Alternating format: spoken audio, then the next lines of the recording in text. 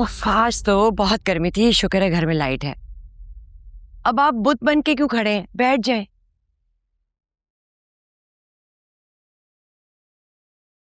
तुम्हें क्या जरूरत थी वहां हक महर के बारे में बात करने की? तुम्हें शर्म नहीं है ये सब कहते हुए वहां पे? आप तो ऐसे गुस्सा कर रहे हैं जैसे उन्होंने मेरी बात को सर आंखों पर ले लिया हो। फिर भी जरूरत क्या थी ये कहने की? ये बात जो है ना, आपको करनी चाहिए थी, मगर आपको तो परवाह ही नहीं है। लेकिन मैं माँ हूं, मैं इसी की सिक्योरिटी की बात कर रही थी। और हुआ क्या? जिसको बेटी बेटी करके आपकी जुबान नहीं सूखती, उससे सब खत्म कर दिया। सिकंदर भाई मानने वाले थे, लेकिन ऐनी को बर्दाश्त ही नहीं हुआ। उसने जो किया ना ठीक किया, लेकिन तुमने एक लम्हे के लिए सोचा है? अगर उन्होंने जहेज की लिस्ट तुम्हें भेज दी तो क्या करोगी? तो दिखा दे औकात, मैं भी तैयार हूँ। आपको क्या लगता है मैं अपनी बेटी को खाली हाथ रुखसत करूंगी?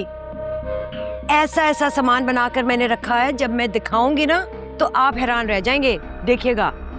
अच्छा, तो जो कुछ तुमने जमा करके रखा है उसमें गाड़ी है? गाड़ी? हाँ गाड़ी। क्यों, परेशान हो गई? भाई इतना सब कुछ तुम मांग रही हो, उसके बदले वो गाड़ी तो मांग ही सकते हैं ना। भाई वो ये कह सकते हैं ना हम ये सब कुछ कर रहे हैं, आप गाड़ी का बंदोबस्त करें। क्या होगा फिर? गाड़ी तो मैं नहीं दे सकती, हमारे पास कौन सी गाड़ी है। इसीलिए कह रहा हूं जबान और सोच को कंट्रोल में रखो।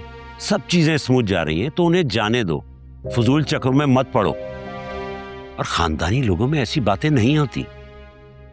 और वैसे भी मुझे यकीन है कि मेरी बेटी को वहां कोई कमी नहीं होगी। हाँ ठीक है, मैं भी तो यही चाहती हूँ कि हमारी निदा वहाँ खुश रहे। निदा बेटा, तुम्हें जब मौका मिले ना तो बातों बातों में आदिल के दिमाग में डाल देना कि तुम्हें अलग घर चाहिए, और साफ साफ बोल देना कि तुम्हारा बाकी सबके साथ गुजारा नहीं है। ये क्या कह रही हो किश्वर? निदा तुम मेरे साथ आओ। तुम अपनी माँ के साथ रहोगी तो पता नहीं ये तुम्हारा क्या करेगी। चलो। अरे अरे सुने तो सही, ना सुने मेरी बात। जब कल को आप लोगों की आंखें खुलेंगी ना तो फिर कहोगे कि किश्वर सही थी।